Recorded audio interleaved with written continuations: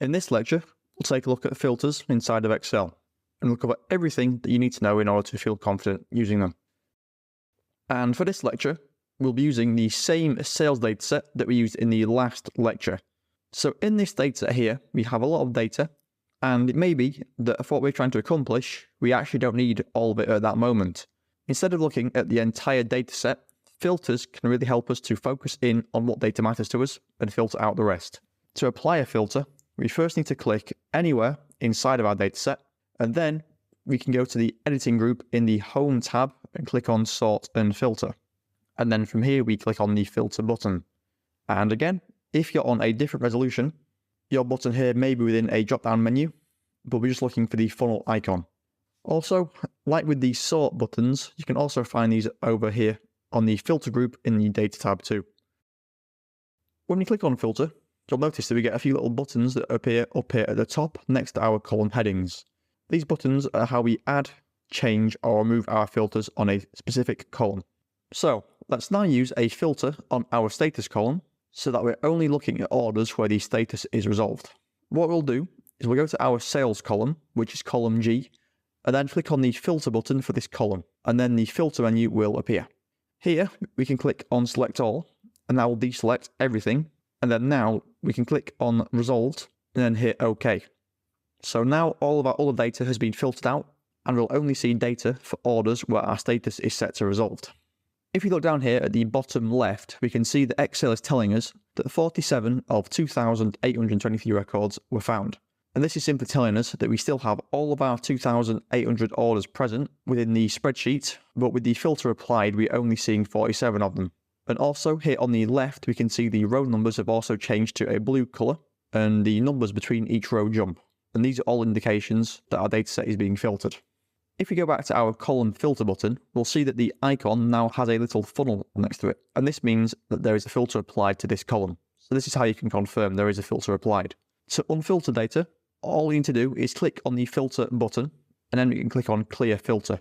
And that will then bring back all of our data. Let's now take a look at a different type of filter. Let's say that we want to look at orders where the sales amount was greater than or equal to $8,000. We'll click on the filter button for the sales column, and then instead of manually selecting values down here, like we did before, we can go to the number filters menu, and then there's an option for greater than or equal to. And then in here, we'll enter 8,000. And click OK. And then this will filter out any data or any row where the sales amount was not $8,000 or more. So there's also options for the top 10 highest values, any values that are above average or any values that are below average. So if we select top 10, we could filter to see only the top 10 items. Also, within this menu, we can also change to look at the bottom items, change the number of items returned, and also whether we want the values or the percent. But I'll just leave it as the top 10 items. We're also not limited to applying only one filter at a time. With our current filter on the sales column applied, we could also apply a filter on the country column too. And let's say that we only want to look at orders that have come from the US. Something to add here is that when we click on the filter button for the country column, we'll see that where we had the number filters before, we now have text filters.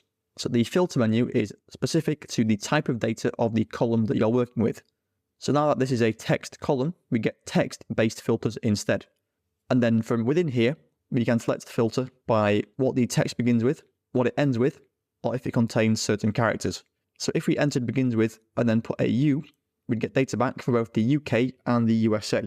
But in our case, we just wanted orders from the US, so we'll clear this and then just select USA. So now our data is filtered on both the sales column and the country column. So you have the top 10 highest value orders, and then of these, only the orders that are from the United States. If you want to get rid of our filters and get all of our data back, we could either click on each of our filter buttons and click on clear filter, or we could go back to the sort and filter button on the home tab and click on clear. And this will clear all of the filters currently applied to your data. And you can also find the same button on the data tab, just here under the sort and filter group. So there's also another way in which we can clear our filters from Excel too. So I'll just undo this. The other way to remove filters completely is by clicking on the filter button again. This will not only remove our actual filters, but also the filter buttons from our heading row as well. And finally, a useful shortcut for enabling and disabling the filter buttons is Ctrl plus Shift plus L. And this will enable and disable the filter buttons as we can see here. Okay, so that's everything that you need to know about how to filter data inside of Excel. I'll see you in the next lecture where we'll have a look at what-if analysis.